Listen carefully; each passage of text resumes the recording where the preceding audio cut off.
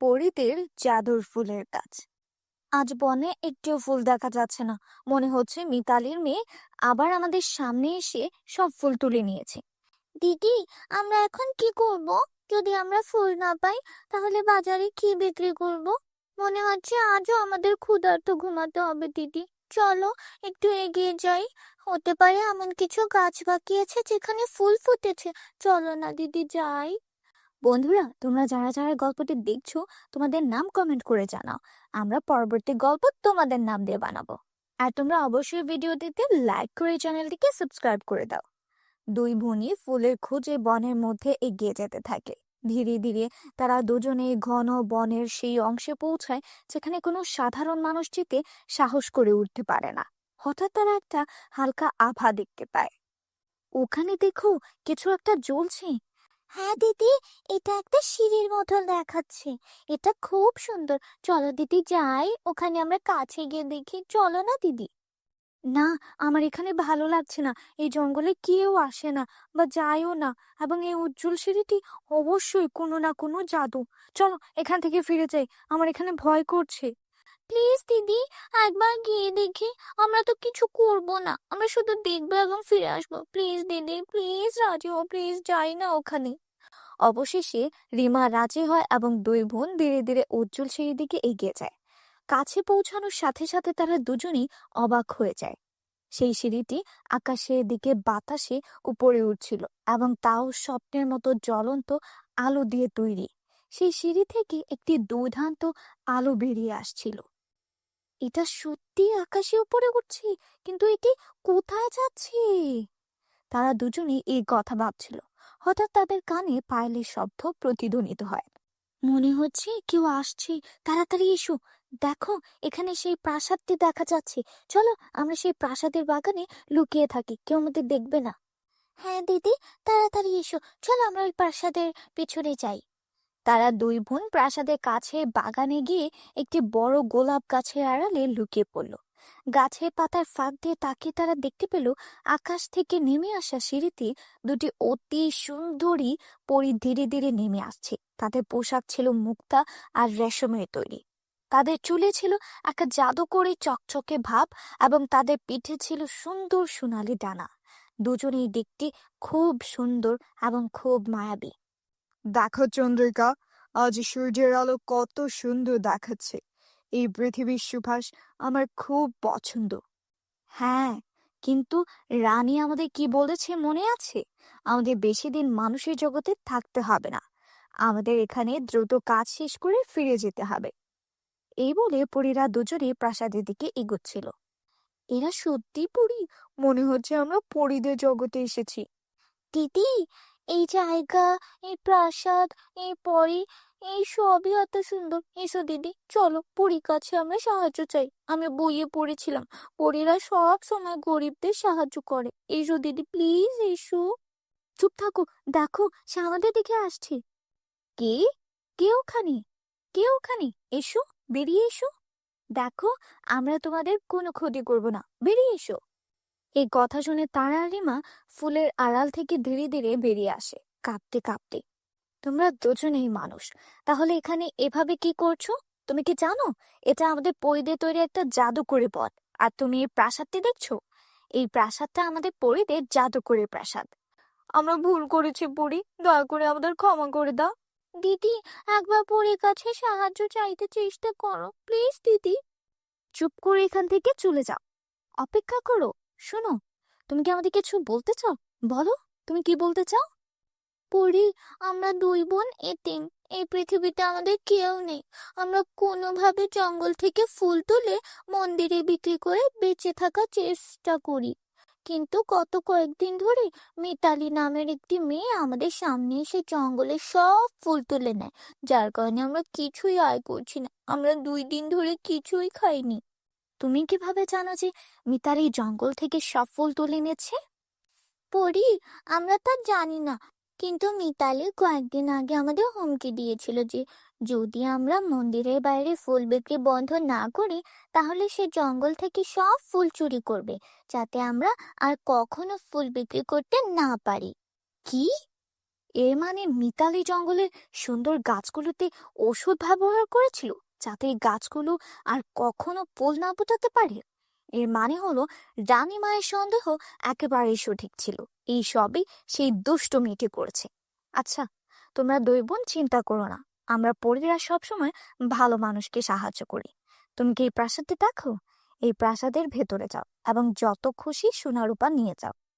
না পরি, আমরা সোনা রূপা চাই না। আমরা শুধু প্রতিদিন তাজা ফুল বিক্রি করতে চাই। আমরা এতেই বেঁচে থাকবো, কারণ আমাদের মা সব সময় কঠোর পরিশ্রম করে জীবিকা নির্বাহ করতে শিখিয়েছেন, এবং আমরা দুই বোনই আমরা আমাদের কঠোর পরিশ্রম করে জীবনযাপন করতে চাই। যদি তুমি আমাকে কিছু দিতে পারো, তাহলে আমাকে একটি সুন্দর গাছ দাও পরি। হ্যাঁ পরি, দিদি একেবারে ঠিক বলছে। ও বাহ, তুমি খুব ভালো আর তোমার মনও খুব ভালো। এই প্রাসাদের প্রথম গেটে তুমি একটি খুব সুন্দর জাদুকরি ফুলের গাছ পাবে। এই ফুলগুলো কখনো স্নান হবে না এবং কখনো শেষ হবে না। তুমি এটা নিয়ে তোমার উঠোনে লাগাও, তোমরা কখনোই ফুলের অভাব হবে না। আর দূর দূরান্ত থেকে মানুষ তোমাদের ফুল কিনতে আসবে। তোমাকে অনেক ধন্যবাদ পরি। এই বলে দুই বোনে ওই জাদুকরি প্রাসাদের প্রথম গেটের কাছে যায়। তারপর তারা দেখতে পায় যে সেখানে একটি খুব সুন্দর ফুলের গাছ লাগানো হয়েছে এবং কাছে প্রচুর সোনা রূপার মুদ্রা রাখা আছে। তারপর হঠাৎ সোনা রূপার মুদ্রা থেকে একটি আওয়াজ ভেসে আছে। আরে, এটা কি? তুমি কি এই সাধারণ গাছটিকে তোমার সাথে নিয়ে যাচ্ছ? আরে, যদি তোমাকে এটা নিতেই হয় তাহলে আমাদেরও তোমার সাথে নিয়ে যাও। আমরা ওই জাদুকরি প্রাসাদের জাদুকরি মুদ্রা। আমরা তোমার দারিদ্র্য চিরতরে শেষ করতে পারি, আর আমরা তোমাকে এত ধনী করতে পারি যে তুমি তোমার পুরো জীবন আরামে কাটাতে পারো। চলো, আমাকে তাড়াতাড়ি তোমার সাথে নিয়ে যাও। না না, আমরা টাকা চাই না। এই কথা বলার পর দুই বোনই ঐন্দ্রজালিক প্রাসাদ থেকে একটি গাছ বের করে এবং পরীকে ধন্যবাদ জানিয়ে তাদের বাড়িতেই ফিরে আসে এবং ঐন্দ্রজালিক প্রাসাদের গাছগুলো তাদের বাড়ি উঠোনে লাগায়। পরের দিন সকালে যখন সে ঘুম থেকে উঠে, সে দেখে যে ঐন্দ্রজালিক প্রাসাদটি একটি গাছে পরিণত হয়েছে এবং এতে খুব সুন্দর এবং আশ্চর্যজনক ফুল ফুটেছে, যার সুবাস দূর দূরান্তে ছড়িয়ে পড়েছে। দিদি, এই ফুলটি খুব সুন্দর। এর আগে আমি কখনো এমন ফুল দেখিনি। হ্যাঁ তারা, আমিও আমার জীবনে এত সুন্দর ফুল আগে দেখিনি। এরপর দুই বোনই ফুলগুলো তুলে বিক্রি করতে যায়। কিছুক্ষণের মধ্যেই তারা সব ফুল বিক্রি হয়ে যায়। অন্যদিকে এখন মিতালির কাছ থেকে কেউ ফুল কেনে না। এটা দেখে মিতালি খুব ঈর্ষান্বিত হয়। এভাবেই দিন কেটে যায়। সিতারার ফুল কয়েকদিনের মধ্যে পুরো গ্রামে বিখ্যাত হয়ে যায়। এখন অন্য গ্রাম থেকে মানুষ তারার ফুল কিনতে শুরু করেছে, কারণ তারা ফুলগুলো খুব সুন্দর এবং মনোমুগ্ধকর। কিন্তু কেউ মিতালির ফুল কিনে না। রিমা এবং তারার ফুলের মধ্যে এত বিশেষ কি যে সবাই তার কাছে ফুল কিনে? সেই আশ্চর্যজনক ফুলের গাছটি কোথা থেকে পেলো? আমাকে খুঁজে বের করতে হবে। তারপর মিতালি রিমাকে সেই ফুল সম্পর্কে সবকিছু প্রকাশ করতে বাধ্য করে। তাই এইসব ঘটছে পরিজাদুর প্রাসাদের ফুলের কারণে। আমাকেও সেখানে যেতে হবে এবং একই রকম একটি গাছ আনতে হবে। এই ভেবে মিতালি ও পরিজগতে নির্মিত জাদুর প্রাসাদে পৌঁছে যায় এবং সে সরাসরি জাদুর প্রাসাদে প্রবেশ করে। বাহ! সেই বুকারিমা বলেছিল যে আমি এখানে একটি ফুলের গাছ পাবো, কিন্তু এখানে প্রচুর সোনা এবং রূপা আছে। আমি এখান থেকে সমস্ত সোনা এবং রূপা নিব এবং এই পৃথিবীর সবচেয়ে ধনী ব্যক্তি হয়ে উঠবো। কেউ এখানে আসার আগে আমি দ্রুত সমস্ত সোনা এবং রূপা সংগ্রহ করে চলে যাই। কেউ দেখবে না। এরপর মিতালি সব সোনা রূপা একটা বস্তায় ভরে সেখান থেকে চলে যাওয়ার জন্য প্রস্তুত হয়। ঠিক তখনই সেই দুটি জাদুকরি পরী সেখানে চলে আসে এবং পরীরা বলতে থাকে, তাহলে তুমি সেই দুষ্ট ব্যক্তি যে তার ঈর্ষা এবং হিংসার বশে এই বনের নিষ্পাপ ফুলের উপর রাসায়নিক ঢেলে দিয়েছিলে, যাতে সেগুলোতে আর ফুল না ফুটে কোনোদিনও, তাই না? তুমি সেই ব্যক্তি না? এবং এখন তুমি আমাদের অনুমতি ছাড়াই আমাদের জাদুকরি প্রাসাদে প্রবেশ করেছো এবং প্রাসাদ থেকে সোনা রূপা নিচ্ছ। এই জন্য তোমাকে অনেক বড় শাস্তি দেওয়া হবে। সেই শাস্তি তোমাকে মাথা পেতে নিতে হবে। এই বলে পরি মিতালিকে বানরে পরিণত করে।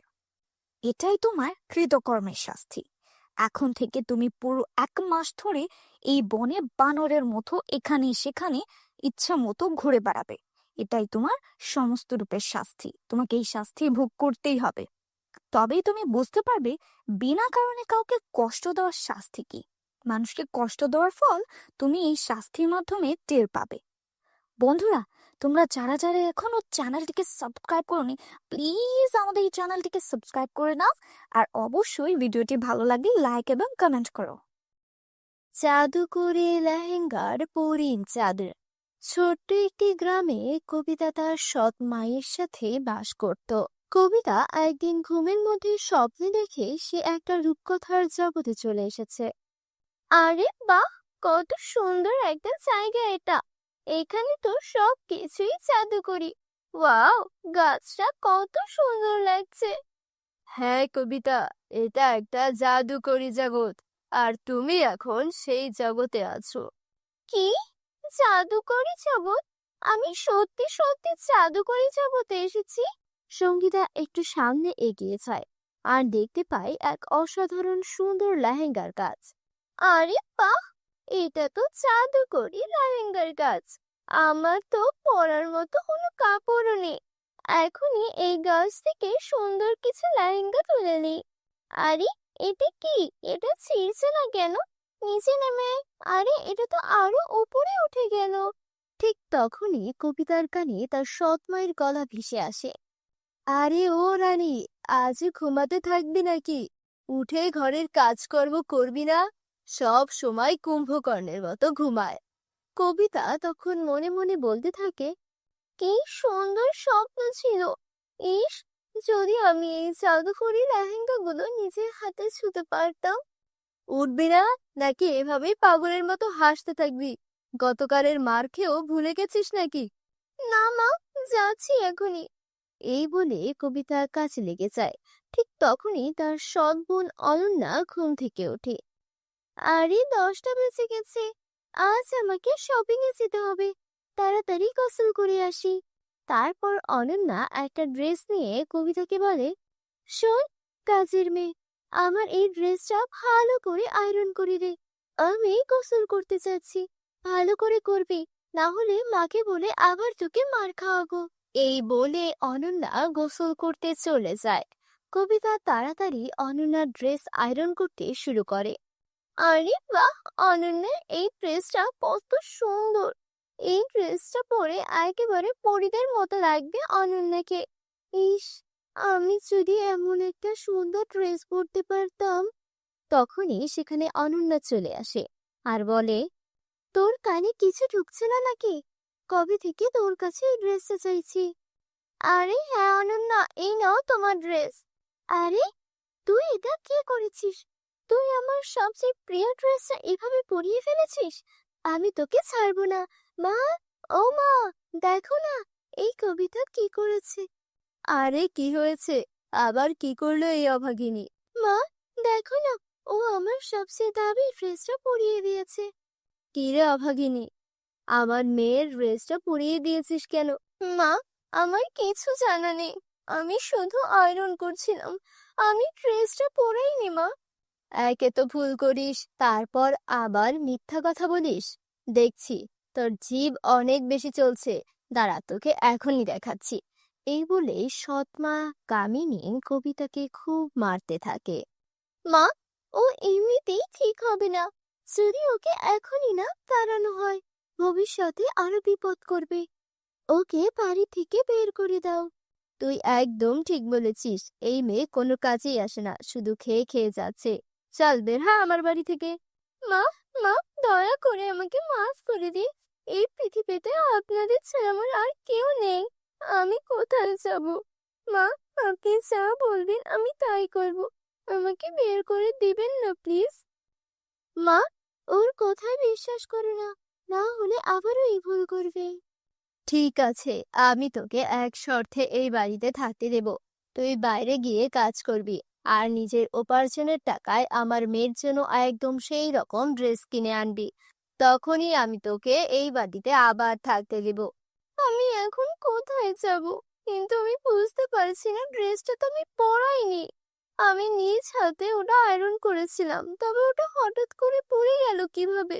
এখন আমি সেই রকম আরেকটা ড্রেস কোথা থেকে আনবো? কবিতা সারাদিন কাজ খুঁজে এখানে ওখানে ঘুরে বেড়ায়, কিন্তু কোথাও কাজ পেল না। এক দোকানদারের সামনে গিয়ে বলে, মালকিন, আপনার দোকানে কোনো ছোটখাটো কাজ পাবো কি? না, এখন এখানে কোনো কাজ নেই। কে জানে কাজের অজুহাতে দোকান থেকে কিছু চুরি করে পালিয়ে যাবে নাকি। তোর চেহারা তো ঠিক ভিখারিনীর মতো, চল এখান থেকে। সবার কাছ থেকেই কবিতা অপমানিত হয়। এভাবেই সন্ধ্যা নেমে আসে, আর ক্লান্ত হয়ে সে মাটিতে বসে। তীব্র ক্ষুধায় তার পেট কাঁপছে।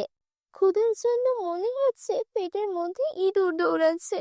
আমার তো 1 টাকাও নেই, এখন আমি কি করব? ঠিক তখনই তার কানে মন্দিরের ঘন্টার শব্দ আসে।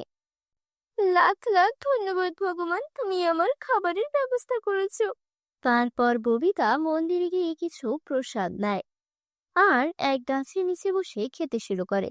সে প্রথম লোকমাতে মুখে তুলতেই যাচ্ছিল, তখন এই বৃদ্ধ ভিখারি এসে বলে, মেয়ে, আমি অনেক দিন ধরে কিচ্ছু খাইনি, আমি খুব ক্ষুধার্ত, একটু খেতে দে মা, তোর দোয়া লাগবে, আমাকে সাহায্য কর মা। মা, এই নিন, এই খাবার আপনি খান, বেঁচে থাক মা, ভগবান যেন তোমার সব সময় সাহায্য করে। এই করে বৃদ্ধ ভিখারিনী চলে যায়।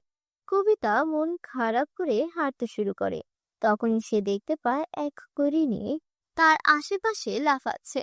আমার কেন যেন মনে হচ্ছে হরিণীটা যেন আমাকে কিছু বলতে চাইছে। প্রিয় হরিণী, শান্ত হও, বলো আমি কিভাবে তোমার সাহায্য করতে পারি। এই শুনে হরিণী চলে যেতে শুরু করে। ওহ, বুঝেছি, তুমি আমাকে কোথাও নিয়ে যেতে চাইছো। ঠিক আছে, আমি প্রস্তুত, চলো। হরিণী তাকে এক আশ্চর্য গাছের কাছে নিয়ে যায়। গাছটি থেকে এক আশ্চর্য রোশনি বের হতে থাকে। দেখতে দেখতে সেই গাছটি জাদুকরি লেহেঙ্গার কাছে রূপান্তরিত হয়, আর হরিণীটি এক সুন্দর পরীতে রূপ নেয়। ভয় পেও না কবিতা, তুমি এবার স্বপ্ন দেখছো না, এটা বাস্তব। কি? আমার স্বপ্নের জাদুকরি লেহেঙ্গা, এটা সত্যি কিভাবে হতে পারে? হ্যাঁ কবিতা, যারা সৎ, ভালো মন নিয়ে স্বপ্ন দেখে তাদের স্বপ্ন একদিন সত্যি হয়। তুমি সব সময় অন্যদের সাহায্য করেছো, আর যারা অন্যকে সাহায্য করে তাদের সাহায্য করতেই আমরা কোনো না কোনো রূপে ফিরে আসি। কবিতা, জাদুকরি গাছটা অদৃশ্য হওয়ার আগে তুমি তোমার জন্য একটি সুন্দর লেহেঙ্গা নিয়ে নাও। কিন্তু পরে আমি এই লেহেঙ্গাটা নিতে পারি না, আমার বোন অনন্যার জন্য ঠিক এমনই একটা লেহেঙ্গা দরকার। ওর প্রিয় লেহেঙ্গাটা আমার ভুলে পড়ে গিয়েছিল। সাদাসিধে কবিতা, সেই ড্রেসটা তুমি পরাওনি। তুমি যখন সেটা আয়রন করে দিয়ে অনন্যাকে পরতে দিয়েছিলে, ঠিক তখনই সে ওটা পাল্টে দিয়েছিল, যাতে সে তোমাকে বাড়ি থেকে বের করে দিতে পারে। কি? অনন্যা আমার সঙ্গে এমন করলো কেন? চিন্তা করো না, সব ঠিক হয়ে যাবে। এই নাও অনন্যা ড্রেস। এখন তুমি গাছ থেকে নিজের জন্য একটা সুন্দর লেহেঙ্গা নিয়ে নাও। তারপর কবিতা লেহেঙ্গা নিয়ে করিকে ধন্যবাদ জানায়। ধন্যবাদ জানিয়ে বাড়ি ফিরে আসে। তুই কোথা থেকে এলি? তোর হাতে এত সুন্দর লেহেঙ্গা কোথা থেকে এলো? অনন্যা, এই লেহেঙ্গা আমার, এটা আমাকে জাদু করে পরিয়ে দিয়েছে। আর এই নাও তোমার ড্রেস। মা, দেখো তো, এটা কোথা থেকে যেন চুরি করে এনেছে। না অনন্যা, এমনটা বলো না, আমি সত্যি বলছি, এটা আমাকে জাদু করে পরিয়ে দিয়েছে। ভালো, আমাকে দে তাহলে লেহেঙ্গাটা, আমি এটা পরবো। না অনন্যা, তুমি এটা পরতে পারবে না। তুই আমায় আটকাবি? এই বলে অনন্যা লেহেঙ্গা পরে নেয়। মা, অনন্যাকে থামান, না হলে বড় বিপদ হয়ে যাবে যে। আর তখনই ভিতর থেকে অনন্যার চিৎকার আসে। মা, মা, আমার মুখ সাদা থেকে কালো হয়ে গেল। এটা এই লেহেঙ্গার কারণে। এখন এটা আমার শরীর থেকেও সরছে না। মা, কিছু করো। কি রে অভাগিনী, তুই লেহেঙ্গায় কি জাদু টোনা করে এনেছিস যে আমার মেয়ের এই দশা? মা, আমি আগেই বলেছিলাম এই লেহেঙ্গা শুধু আমার জন্য। এখন শুধু জাদুকরি গাছই এর উত্তর দিতে পারবে। চলো আমার সঙ্গে। তারা সবাই সেই গাছের কাছে যায়। পরি বলে, এটা তোমার মেয়ের কর্মফলের ফল। লোভী ও মিথ্যাবাদীদের এই পরিণতি হয়।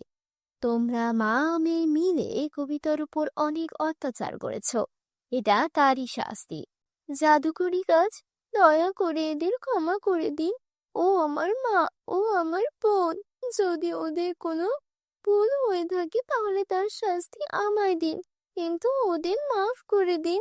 এই কথা শুনে অনন্যা ও তার মা নিজেদের ভুল বুঝতে পারে আর কবিতার কাছে ক্ষমা চায়। তারপর জাদুকরি গাছ অনন্যাকে আবার আগের অবস্থায় ফিরিয়ে দেয়। সবাই একসাথে আনন্দে বসবাস করতে থাকে। তো বন্ধুরা, ভিডিওটি কেমন লেগেছে তা কমেন্ট করে জানিয়ে দিও। জাদুর সোনার জুতা। অনেকদিন আগের কথা। এক গ্রামে রিক্তা নামের একটা মেয়ে ওর বাবা মায়ের সাথে বাস করত। রিক্তার মা রিক্তাকে অনেক ভালোবাসতো। একদিন রিক্তার জন্মদিন ছিল। ওর মা ওর জন্য একটা কেক আনার জন্য গিয়ে রোড অ্যাক্সিডেন্ট হয়ে সেখানে মারা যায়। রিক্তা তখন অনেক ছোট, তাই ও কিছুই বুঝতে পারে না। আত্মীয় স্বজন এলে তারা সবাই রিক্তার কথা চিন্তা করে রিক্তার বাবাকে আবারও বিয়ে করতে বলে। রিক্তার বাবা কাজল নামের একজন মহিলাকে বিয়ে করে নিয়ে আসেন। মা রিক্তা, বেরিয়ে এসো, দেখো আমি তোমার জন্য কাকে নিয়ে এসেছি। কে বাবা উনি? উনি তোমার মা। বাবা, আমার মা তো এমন দেখতে নয়, তুমি মিথ্যে বলছো। আমার মা দেখতে অন্যরকম, ইনি আমার মা নয়। আরে মামুনি, ইনি তোমার মা। তোমার মায়ের অ্যাক্সিডেন্ট হয়েছিল, তাই তোমার মা দেখতে একটু অন্যরকম হয়ে গেছে। তুমি তোমার মায়ের সঙ্গে এখন থেকে সুন্দর করে মিলেমিশে থাকবে। আচ্ছা বাবা, ঠিক আছে। এই যে মামুনি, এদিকে এসো, আমি তোমার মা হই। এদিকে এসো, তোমার আরেকটা ভাইও আছে, তুমি তোমার ভাইকে দেখবে? হ্যাঁ মা, আমি আমার ভাইকে দেখতে চাই। আচ্ছা, তোমার ভাই একটু হাসপাতালে আছে, একটু অসুখ হয়েছে তো 2 দিন পর আসবে। রিক্তার বাবার সামনে রিক্তার সৎ মা কাজল রিক্তার সঙ্গে ভালো আচরণ করত। ওকে মজার মজার খাবার রান্না করে খাওয়াতো, ওকে একদম নিজের মেয়ের মতোই ভালোবাসতো। 2 দিন পর রাজু আসে রিক্তাদের বাড়িতে। রাজু এসে রিক্তার সঙ্গে খারাপ আচরণ করতে শুরু করে। এই যে খেলনাটা আমাকে দে, এটা আমি চালাবো। কেন? এটা তো বাবা আমাকে কিনে দিয়েছে, এটা তুমি কেন চালাবে? এটা আমার গাড়ি। না, এটা আমার গাড়ি, আমাকে দে, আমি এই গাড়ি চালাবো, দে বলছি, দে। 2 ভাই বোনের মধ্যে গাড়ি নিয়ে টানাটানি শুরু হয়। বন্ধুরা, তোমরা যারা যারা গল্পটি দেখছো এখনই তোমাদের নাম কমেন্টে লিখে জানাও। তখন সেখানে রিক্তার বাবা চলে আসে। কি হচ্ছে এখানে? তোমরা এমন মারামারি করছো কেন?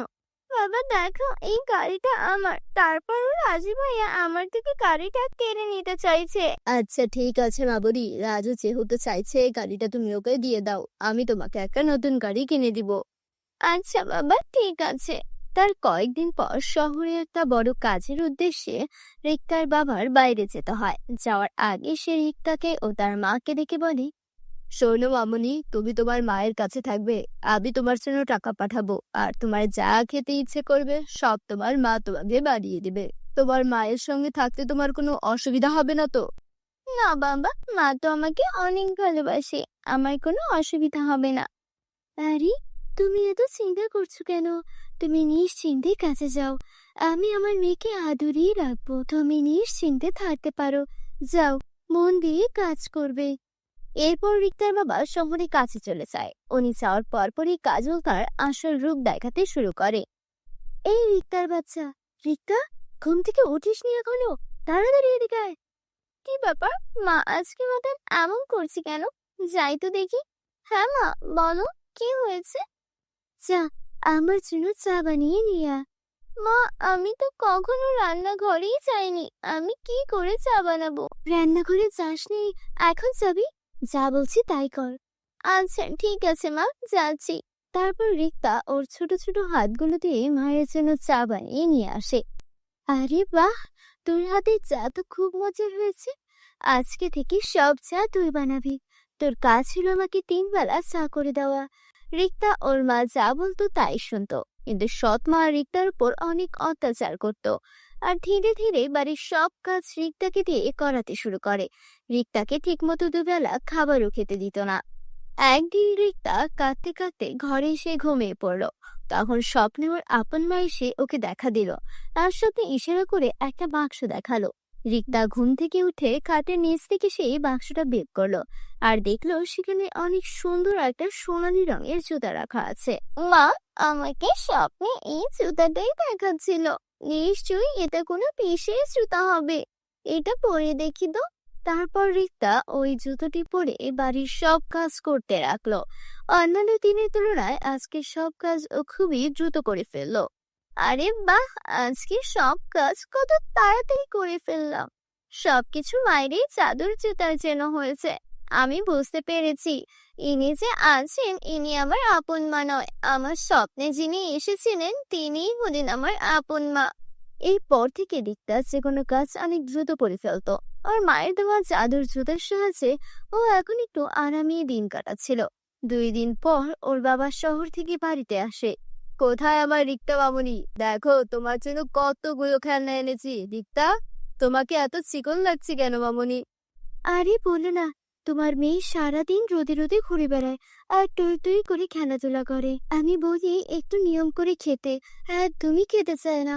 আমি চলে এসেছি, এখন আমার মামুনি আমার সঙ্গে বসে খাবে। আমার মামুনি এত চিকন হলে চলবে? রিক্তার বাবা এসেছে দেখে তার সৎ মা কাজল রিক্তার সঙ্গে ভালো আচরণ করতে শুরু করলো। এদিকে রিক্তার বাবা যখন রাতে ঘুমাচ্ছিল তখন তার আগের স্ত্রী তার স্বপ্নে আসে। তুমি এখানে ঘুমাচ্ছ? তুমি জানো আমাদের মেয়ের উপর তোমার নতুন স্ত্রী কত অত্যাচার করে? একটু চোখ কান খুলো, দেখো মেয়েটার উপর নজর রাখো। রিক্তার বাবার ঘুম ভেঙে গেল। এর পরদিন থেকে সে লুকিয়ে লুকিয়ে তার মেয়ের উপর নজর রাখতে লাগলো। সে লুকিয়ে দেখলো সৎমা কাজল রিক্তাকে জোরে জোরে থাপ্পড় দিচ্ছে আর ঘরের কাজ করাচ্ছে। তখনই সে ঘরের মধ্যে প্রবেশ করলো। আমি তোমাকে বিশ্বাস করে বিয়ে করে এনেছিলাম, আর তুমি কিনা আমার মেয়ের উপর এমন অত্যাচার করো। বেরিয়ে যাও, এক্ষুনি ঘর থেকে বেরিয়ে যাও, বেরিয়ে যাও বলছি। আমাকে ক্ষমা করে দাও, আমার ছেলেটার কথা চিন্তা করো। আমার ছেলেকে নিয়ে আমি কোথায় যাব?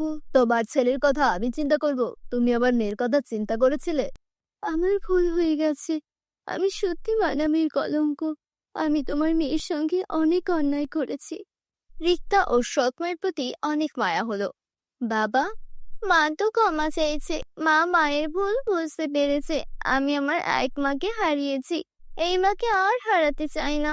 মাকে আমাদের সঙ্গেই থাকতে দাও। সৎ মা নিজের ভুল বুঝতে পারলো। এরপর সে আর কখনো রিক্তার সঙ্গে খারাপ আচরণ করেনি। তারা সবাই মিলেমিশে বসবাস করতে লাগলো। তো বন্ধুরা, কেমন লাগলো তোমাদের কাছে আজকের এই গল্পটি? কমেন্ট করে জানিয়ে দিও। জাদুকরি 3 বই। মিতা এবং সন্ধ্যা তাদের বাবা মায়ের সাথে কিষানপুর নামক একটি ছোট্ট গ্রামে থাকতেন। মিতা এবং সন্ধ্যার বাবা মা গ্রামের একটি ছোট্ট কারখানায় কাজ করতেন। তারা খুবই দরিদ্র ছিলেন, তাই স্বামী স্ত্রী উভয়কেই ঘরের বাইরে কাজ করতে হতো, যাতে তারা মিতা এবং সন্ধ্যাকে ভালোভাবে লালন পালন করার জন্য পর্যাপ্ত অর্থ উপার্জন করতে পারে। একদিন স্বামী স্ত্রী উভয়ই কাজ করতে যাচ্ছিলেন। এমন সময় হঠাৎ একটি বিশাল ট্রাক তাদের ধাক্কা দেয়। সংঘর্ষটি খুব জোরালো ছিল এবং এর ফলে স্বামী স্ত্রী উভয়ই গুরুতর আহত হন। মিতা এবং সন্ধ্যার বাবা ঘটনাস্থলেই মারা যান, কিন্তু তাদের মায়ের নিঃশ্বাস তখনও তার শরীর আটকে ছিল। মিতা এবং সন্ধ্যা যখন এই সব জানতে পারে তখন দুই বোনই দ্রুত ঘটনাস্থলে পৌঁছায়। মা, বাবা, কি হয়েছে? তোমরা আমাদের এভাবে ছেড়ে যেতে পারো না। তোমাদের ছাড়া আমি কিভাবে বাঁচবো? তারপর মিতার মা মিতা এবং সন্ধ্যাকে ইশারায় ডেকে বলেন, মা, আমাদের ক্ষমা করো। আমরা দুজনেই তোমাদের ভালো জীবন দিতে চেয়েছিলাম, কিন্তু ঈশ্বরের হয়তো অন্য কিছু ইচ্ছা আছে। কিন্তু হ্যাঁ, আমরা চলে যাওয়ার পর তোমার কোনো সমস্যা হওয়ার কথা নয়। তাহলে তোমাদের মামার বাড়িতে যাওয়া উচিত। তোমার মামা খুব ভালো, তিনি তোমাদের যত্ন নেবেন। আমার আশীর্বাদ তোমাদের দুজনের সাথেই আছে। ঈশ্বর তোমাদের সবসময় সুখে রাখুন। এই বলে মিতা এবং সন্ধ্যার মাও মারা যান। দুই বোনই তাদের ভাগ্যের জন্য অনেক কাঁদে এবং তারপরও কোনোভাবে অন্যদের সাহায্যে তারা তাদের বাবা মায়ের শেষকৃত্য করে এবং তাদের বাড়িতে আসে। বন্ধুরা, তোমরা যারা যারা গল্পটি দেখছো তোমাদের নাম কমেন্টে লিখে জানাও, কারণ তোমাদের নাম দিয়ে তৈরি হবে আমাদের পরবর্তী কার্টুন ভিডিও। দিদি, কি হয়েছে? বাবা মা ছাড়া আমরা কিভাবে বাঁচবো? আমি যদি তাদের সাথে মারা যেতাম তাহলেই ভালো হতো। সন্ধ্যা মা চেয়েছিলেন আমাদের চোখে যেন জল না আসে, আমাদের যেন কোনো সমস্যা না হয়। তাই তাদের আত্মার শান্তির জন্য আমাদের খুশি থাকতে হবে এবং এখন আমাদের মামার বাড়ি যেতে হবে। এরপরে দুজনেই তাদের জিনিসপত্র একটি ব্যাগে ভরে তাদের মামার বাড়ি চলে যায়। দুই বোনই তাদের মামার বাড়ি যাচ্ছিল। পথে তারা বিভিন্ন রঙের 3টি বই দেখতে পায়। একটি বই সবুজ, একটি নীল এবং একটি লাল। 3টি বই খুব নতুন এবং সুন্দর দেখাচ্ছিল। দিদি, এই দেখো, এই 3টি বই রাস্তায় এভাবে পড়ে আছে। মনে হচ্ছে কেউ এখানে রেখে গেছে। যাই হোক, এই বইগুলো দেখতে খুবই ব্র্যান্ডেড। তাদের দাম নিশ্চয়ই খুব বেশি, তাই না? হ্যাঁ, তুমি একেবারে ঠিক বলেছ। 3টি বই খুব নতুন এবং ব্র্যান্ডেড দেখাচ্ছে। আমি জানি না এগুলি কার, কে এখানে এগুলো রেখে গেছে। দিদি, এখানে কেউ দেখা যাচ্ছে না। আমরা এই 3টি বই আমাদের ব্যাগে রাখি। না সন্ধ্যা, এটা করা পাপ। কিন্তু হ্যাঁ, তুমিও ঠিক বলেছো। যদি এই বইগুলো এখানে এভাবে পড়ে থাকে তাহলে কোনো চোর এখান থেকে অবশ্যই চুরি করে নিয়ে যাবে। আমরা এগুলো আমাদের সাথে নিয়ে যাচ্ছি। কে জানে, তাদের মালিক হয়তো এগুলো খুঁজে পেয়েছে। এরপর মিতা তার ব্যাগে 3টি বই রাখে। কিন্তু দুই বোনই জানতো না যে ওই 3টি বই সাধারণ বই নয়, বরং তাদের কাছে জাদুকরি বই আছে। কিছুক্ষণের মধ্যেই দুই বোনই তাদের মামার বাড়িতে পৌঁছে যায়। তাদের মামার কাছে সবকিছু খুলে বলে। তার বোনের মৃত্যুর সংবাদ শুনে তার মামার খুবই খারাপ লাগে। সে খুব কাঁদে। আমি এখনো বিশ্বাস করতে পারছি না যে দিদি আমাদের ছেড়ে চলে গেছে। কিন্তু তোমরা দুজনেই চিন্তা করো না, দিদি আমাকে তোমাদের দায়িত্ব দিয়েছে। আমি তোমাদের দুজনেরই ভালো যত্ন নেব। তোমরা আমার মেয়ে দিবার মতো ভালো জীবনযাপন করবে। ধন্যবাদ মামা। হয়তো সেই কারণেই মা তোমার কাছে আসতে বলেছে। তারপরে মামি বলেন, হ্যাঁ, তোমার মা মনে করেন যে এই বাড়িটি কোনো ঘর নয়, একটি এতিমখানা। তাই তিনি তোমাদের সবাইকে এখানে পাঠিয়েছে। তোমার জিভ নিয়ন্ত্রণ করো। তুমি আমার মৃত বোনের কথা বলছো। আর হ্যাঁ, এখান থেকে মিতা আর সন্ধ্যা কোথাও যাবে না। তুমি এখানেই থাকবে। আমি কাল সন্ধ্যায় শহরে যাচ্ছি, কিন্তু তোমাকে তাদের দুজনেরই ভালো করে যত্ন নিতে হবে। আমি চাই না দিদি চলে যাওয়ার পর তাদের কোনো সমস্যা হোক। সেই সময় মিতা সন্ধ্যার মামি অর্থাৎ মোহিনী কিছু বলেন না। কিন্তু তার স্বামী চলে যাওয়ার পর তিনি দুই বোনকে তার ঘরে ডেকে বলেন, তোমরা দুজনেই মনোযোগ দিয়ে শোনো। এটা কোনো এতিমখানা নয় যেখানে তোমরা মাথা উঁচু করে এসেছো। এখানে থাকতে চাইলে তোমাদের কাজ করতে হবে। তোমাদের দুই বোনকে সকালের নাস্তা থেকে শুরু করে রাতের খাবার, কাপড়, বাসনপত্র এবং ঘর পরিষ্কার পরিচ্ছন্নতা পর্যন্ত ঘরের সমস্ত কাজ করতে হবে। তোমাদের দুই বোনকে রান্নাঘরের দেখাশোনা করতে হবে। মিতা রান্না করবে আর ঘর পরিষ্কার করবে তোমার ছোট বোন। চিন্তা করো না মামি, আমি একাই সব কাজ করতে পারবো। সন্ধ্যা এখনো ছোট, সে এত কাজ করতে পারবে না। সে ঘরের কাজকর্মও জানে না। সে খাবার খেতে জানে, ঠিক যেভাবে খায় সেও একইভাবে কাজ করবে। তার মামার স্বভাব থেকে দুই বোনই ভেবেছিল যে তারা ভালোভাবে জীবনযাপন করতে পারবে, কিন্তু যা হয় তার ঠিক বিপরীত। দুই বোনই সারের মতো কাজ শুরু করে। দিন শেষ হয় কিন্তু দুই বোনের কাজ শেষ হয় না।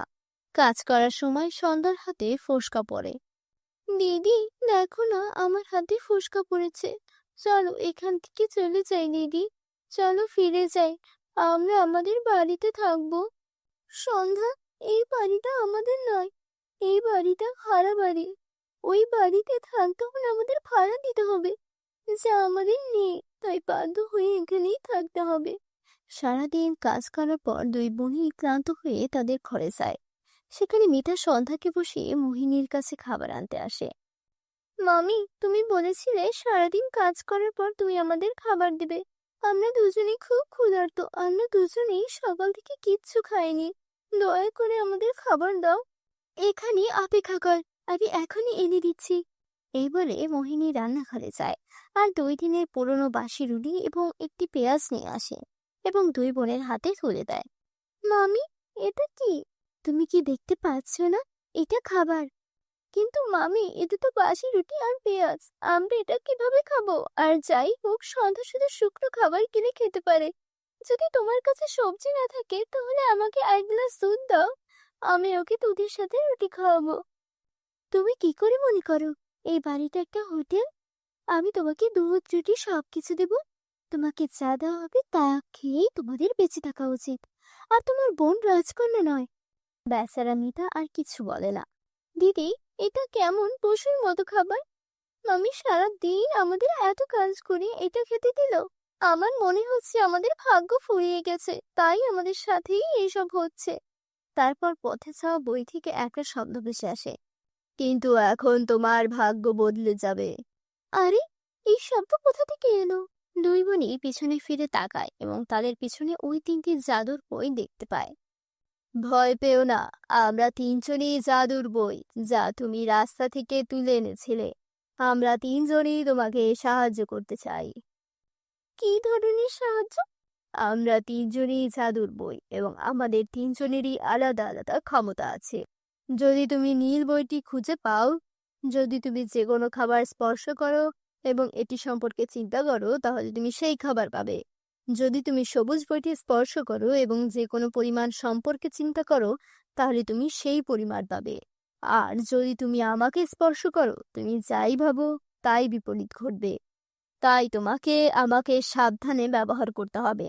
এই সব শুনে উভয় বোনই খুব খুশি হয় এবং ওই তিনটি জাদুর বইকে ধন্যবাদ জানায় এবং পেট ভরে খায়। পরের দিন সকালে দুই বোন মোহিনীর কাছে গিয়ে বলে, মামি, আমরা দুই বোনই এখান থেকে চলে যাওয়ার কথা ভেবেছি। আমরা দু বোনই আর তোমার উপর বোঝা হতে চাই না। ভালোই হয়েছে, তাড়াতাড়ি এই বাড়ি ছেড়ে চলে যাও। দুই বোনই তাদের সমস্ত জিনিসপত্র এবং তিনটি জাদুর বই নিয়ে সেখান থেকে চলে যায়। সে চলে যায় এবং তারপরেই সেই তিনটি বইয়ের সাহায্যে সে একটি খুব বড় বাড়ি তৈরি করে এবং একটি ভালো জীবনযাপন শুরু করে। বন্ধুরা, যদি তোমাদের আমাদের এই গল্পটি ভালো লেগে থাকে তাহলে অবশ্যই তোমাদের বন্ধুদের সাথে শেয়ার করো। এবং হ্যাঁ বন্ধুরা, এরকম গল্প দেখতে অবশ্যই আমাদের চ্যানেলটি সাবস্ক্রাইব করো, যাতে তোমরা এরকম আকর্ষণীয় গল্প দেখতে পাও। আমি আবার তোমাদের সাথে নতুন কিছু গল্প নিয়ে দেখা করব। দেখা হচ্ছে পরবর্তী কোনো ভিডিওতে।